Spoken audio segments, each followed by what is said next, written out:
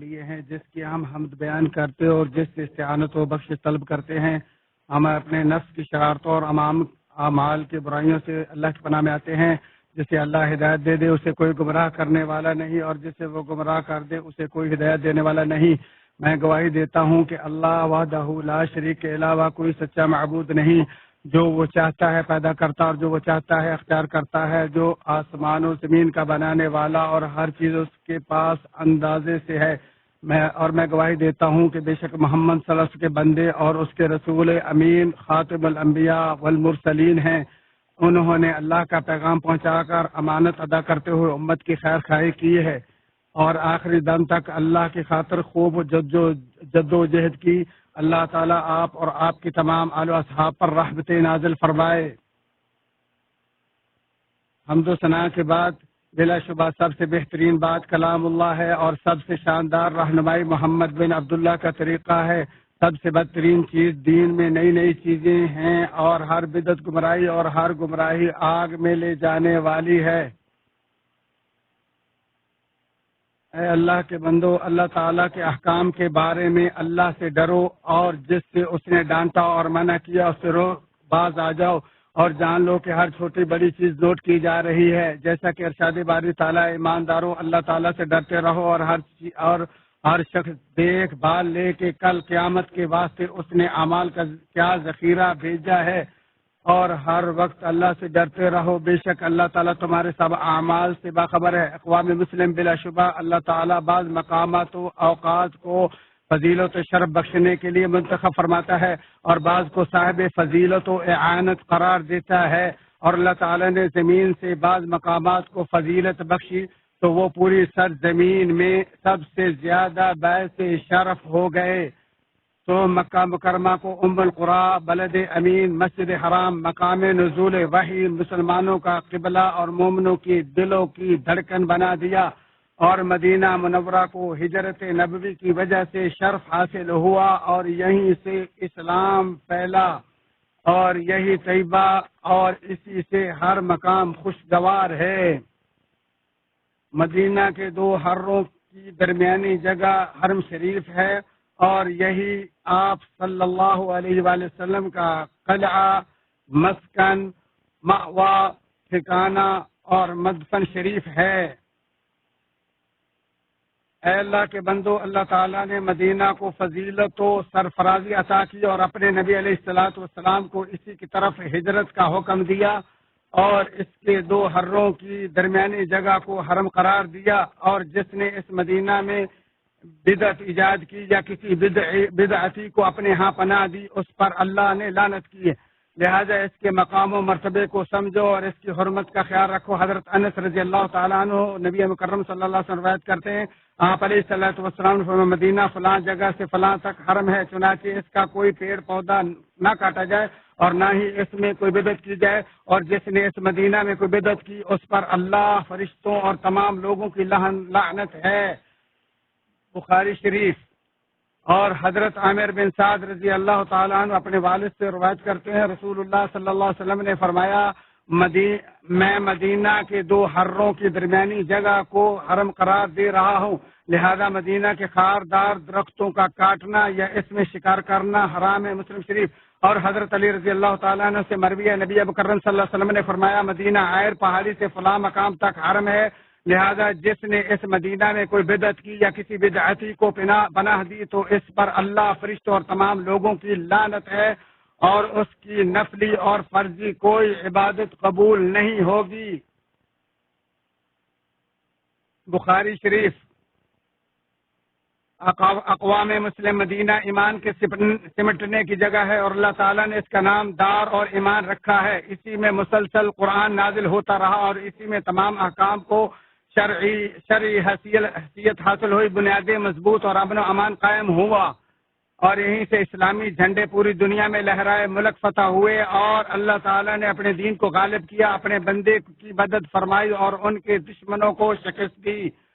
حضرت ابو ہریرہ رضی اللہ تعالیٰ عنہ سے مروی ہے کہ رسول اللہ صلی اللہ علیہ وسلم نے فرمایا، بے شک ایمان مدینہ کی طرف اس طرح سمٹ جائے گا جس طرح سانپ اپنی بل کی طرف سمٹتا ہے. مسلم شریف. اے اللہ کے بندو، مدینہ مضبوط زرہ اور بلند ترین قلعہ ہے جو اپنے اندر سے خبیث کو دور کرتا اور طیب کو جلا بخشتا ہے۔ اس کے دروازوں پر فرشتے نگران ہوں گے اور اس میں دجال کا رعب اور طاعون داخل نہیں ہو سکیں گے۔ حضرت انس بن مالک رضی اللہ تعالیٰ عنہ سے مروی ہے کہ نبی مکرم صلی اللہ علیہ وسلم نے فرمایا، کوئی ایسا شہر نہیں جسے دجال پامال نہیں کرے گا سوائے مکہ اور مدینہ کے۔ ان کے ہر راستے پر صف بستہ فرشتے کھڑے ہوں گے جو ان کی حفاظت کریں گے۔ پھر مدینہ اپنے مکینوں کے ساتھ 3 بار لرزے گا اور اللہ تعالی ہر کافر اور منافق کو اس سے باہر نکال دے گا۔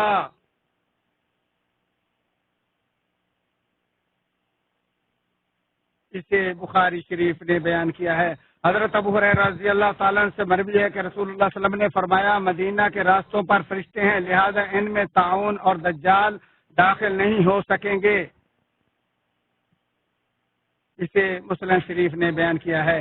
اے اللہ کے بندو، کیونکہ مدینہ اللہ کی حفاظت میں ہے، اس لیے اس میں مکار دھوکہ باز کی کوئی گنجائش نہیں۔ حضرت عائشہ بنت سعد رضی اللہ تعالی عنہما فرماتی ہیں، میں نے سعد رضی اللہ تعالیٰ عنہ سنا، وہ کہتے ہیں میں نے نبی مکرم صلی اللہ علیہ وسلم سنا، آپ فرماتے، جو اہل مدینہ کے خلاف سازش کرے گا اور وہ اس طرح گھل جائے گا جس طرح نمک پانی میں گھل جاتا ہے۔ اسے بخاری شریف نے بیان کیا۔ حضرت جابر رضی اللہ تعالیٰ عنہ سے مروی ہے، نبی اکرم صلی اللہ علیہ وسلم نے فرمایا، مدینے کی مثال بھٹی کی مانند ہے جو کھوٹ کو دور کر کے خالص جوہر کو نکھار دیتی ہے۔ اسے مسلم شریف نے بیان کیا۔ اے اقوام مسلم، بے شک حضرت ابراہیم علیہ السلام نے مکہ کو حرم قرار دیتے ہوئے اس کے لیے برکت کی دعا فرمائی، اور نبی مکرم صلی اللہ علیہ وآلہ وسلم نے مدینہ کو حرم قرار دیا اور اس کے لیے ابراہیم کی اہل مکہ کے لیے دعا سے ڈبل دعا فرمائی۔ حضرت عبداللہ بن زید بن عاصم رضی اللہ تعالیٰ عنہ سے مروی ہے کہ رسول اللہ صلی اللہ علیہ وسلم نے فرمایا، بے شک ابراہیم علیہ السلام نے مکہ کو حرم قرار دیا اور اس کے مکینوں کے لیے دعا کی، اور بے شک میں نے بھی مدینہ کو ابراہیم کی طرح حرم قرار دیا ہے، اور میں نے اس کے سا و مد اناج کے پیمانوں کے لیے ابراہیم کی اہل مکہ کے لیے دعا سے ڈبل دعا کی ہے۔ اسے مسلم شریف نے بیان کیا ہے۔ حضرت انس رضی اللہ تعالیٰ نبی اکرم صلی اللہ علیہ وسلم روایت کرتے ہیں، آپ صلی اللہ علیہ وآلہ وسلم نے فرمایا، اے اللہ، جو تو نے مکہ کو برکت دی ہے اس سے ڈبل برکت مدینہ کو عطا کر۔ بخاری شریف۔ اے اللہ کے بندو، یقیناً مدینہ رسول اللہ صلی اللہ علیہ وآلہ وسلم کو تمام شہروں سے زیادہ محبوب تھا، اور آپ صلی اللہ علیہ وسلم مدینے سے وفا شعاری و محبت کے تبادلہ جذبات کے ساتھ ساتھ واضح اظہار خیال بھی کیا کرتے تھے۔ حضرت عائشہ رضی اللہ تعالی عنہ سے مروی ہے کہ رسول اللہ صلی اللہ علیہ وآلہ وسلم نے فرمایا، اے اللہ، مکہ جیسی یا مکہ سے بھی زیادہ مدینے کی محبت ہمارے دل میں ڈال دے۔ اے اللہ، ہمارے لیے ہمارے سا عمد میں برکت پیدا فرما اور اسے ہماری صحت کی آماج گاہ بنا اور اس کی بیماریوں کو جحفہ کی طرف منتقل فرما۔ بخاری شریف نے بیان کیا ہے۔ حضرت انس رضی اللہ تعالیٰ سے مروی ہے، نبی مکرم صلی اللہ علیہ وسلم جب کبھی سفر سے واپس آتے اور مدینے کی دیواروں کو دیکھتے تو اپنی سواری کو تیز کر دیتے، اور اگر کسی جانور کے پشت پر ہوتے تو مدینے کی محبت میں اسے ایڑ لگا دیتے۔ بخاری شریف۔ اور جب مدینہ کی طرف تشریف لاتے تو تیز ہو جاتے، اور جب احد پہاڑ دکھائی دیتا تو آپ فرماتے، یہ پہاڑ ہم سے محبت کرتا ہے اور ہم اس سے پیار کرتے ہیں۔ حضرت ابو حمید رضی اللہ تعالیٰ عنہ فرماتے ہیں، ہم رسول اللہ صلی اللہ علیہ وسلم کے ہمراہ غزوہ تبوک کے لیے نکلے، پھر یہ ساری حدیث سنائی، اور اس میں ہے پھر ہم آئے یہاں تک کہ وادی قرا پہنچ گئے تو رسول اللہ صلی اللہ علیہ وسلم نے فرمایا، میں تو جلدی جاؤں گا، تم میں سے جس کا جی چاہے میرے ساتھ جلدی چلے اور جس کا جی چاہے ٹھہر جائے۔ ہم نکلے، یہاں تک مدینہ دکھائی دینے لگا تو آپ صلی اللہ علیہ وآلہ وسلم نے فرمایا، یہ طابہ ہے اور یہ احد ہے، اور یہ ایک ایسا پہاڑ ہے جو ہم سے محبت کرتا ہے اور ہم اس سے پیار کرتے ہیں۔ مسلم شریف۔ اور بلا شبہ زائرین کے دلوں میں مدینہ کی محبت گھر کر چکی ہے، اور اس نے بھی ان کے نفوس میں اشتیاق کی یادیں بھر دی ہیں، اور ان کے دل مدینے کی محبت کے گرویدہ ہو چکے ہیں۔ اے اللہ، ہم سب کو مدینے سے محبت کرنے والا بنا دے۔ اس کے بعد اقوام مسلم، مدینہ تمہارے لیے انتہائی شاندار ہے، سو اس سے اعراض نہ کرو، اسے اللہ نے تمہارے نبی کے لیے چنا ہے، پس تم بھی اس کے انتخاب کو پسند کرو اور اس کے پڑوسی کے مرتبے کو پہچانتے ہوئے اس میں با ادب رہو۔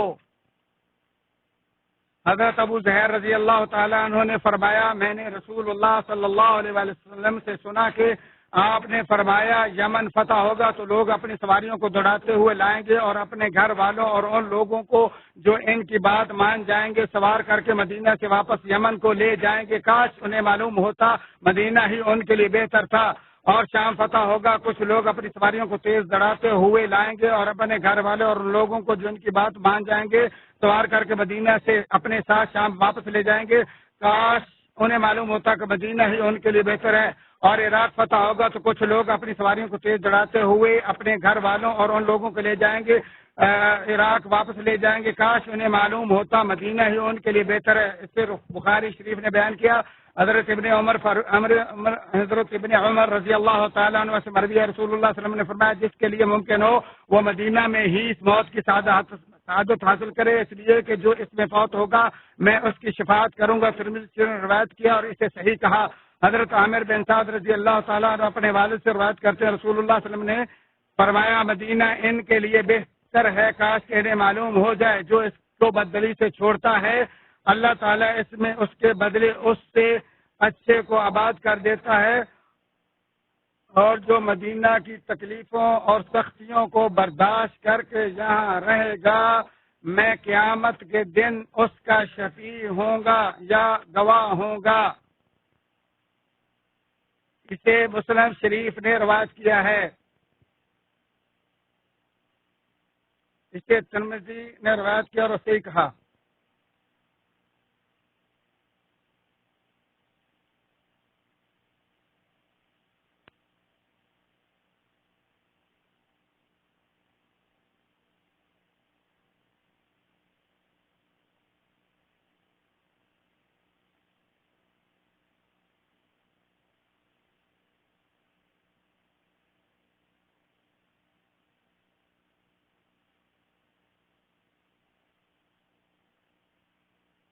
اعوذ باللہ من الشیطان الرجیم۔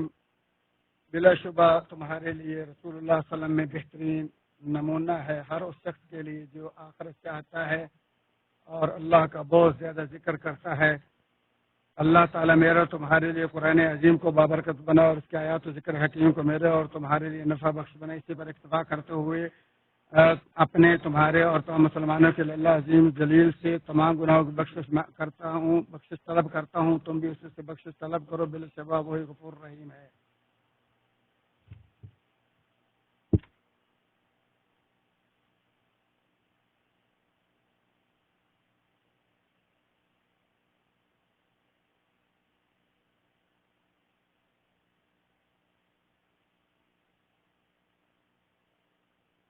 اللہ کے احسانات پر اس کی تعریف اور توفیق و انعامات پر اس کا شکر ہے۔ میں گواہی دیتا ہوں کہ اللہ وحدہ لا شریک له کوئی سچا معبود نہیں۔ اے اللہ کے بندو بلا شبہ مدینے کا حصول فضیلت و شرف ہے، اس کے ادب و احترام اور تعظیم کے مقام کو سمجھو اور حدود حرم مسجد رسول اور اس کی ہر جگہ میں ادب کو یقینی بناؤ۔ آپ صلی اللہ علیہ وسلم کا ادب و احترام وفات کے بعد بھی ویسا ہی ہے جیسا آپ کی زندگی میں تھا۔ آپ کے پاس متواضع اور با ادب رہنے کا حکم بے شک اللہ کا ہی حکم ہے۔ ارشاد باری تعالیٰ ایمان والے لوگوں اللہ اور اس کے رسول سے آگے نہ بڑھو اور اللہ تعالیٰ سے ڈرتے رہا کرو، یقیناً اللہ تعالیٰ سننے والا جاننے والا ہے۔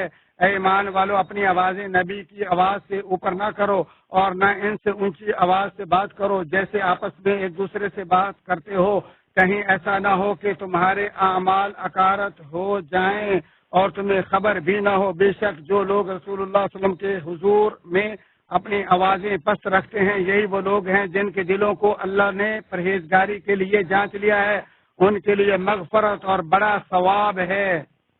جو لوگ آپ کو حجروں کے پیچھے سے پکارتے ہیں ان میں سے اکثر بالکل بے عقل ہیں۔ اگر یہ لوگ یہاں تک صبر کرتے کہ آپ خود سے نکل کر ان کے پاس آ جاتے تو یہی ان کے لیے بہتر ہوتا، اور اللہ غفور رحیم ہے۔ سوائے اے اللہ کے بندو آپ کے پاس انتہائی شاندار ادب کا مظاہرہ کرو۔ حضرت صاحب بن یزید رضی اللہ تعالیٰ عنہ کہتے ہیں میں مسجد نبوی میں کھڑا تھا کہ کسی نے میری طرف کنکری پھینکی، میں نے جب نظر اٹھائی تو دیکھا عمر بن خطاب سامنے ہیں۔ آپ نے فرمایا جاؤ ان دونوں کو میرے پاس لاؤ۔ میں بلا لایا۔ آپ نے پوچھا تم کون ہو، یا فرمایا تم کہاں سے ہو؟ انہوں نے کہا ہم طائف کے رہنے والے۔ آپ نے فرمایا اگر تم مدینہ کے رہنے والے ہوتے تو میں تمہیں سزا دیے بغیر نہ چھوڑتا۔ اللہ کے رسول کی مسجد میں اپنی آوازیں اونچی کرتے ہو، بخاری شریف۔ لہذا مسلمانوں اللہ تعالیٰ کے شہر اور مسجد کے حق کو سمجھو اور اس کے ادب اور احترام کا خیال رکھو۔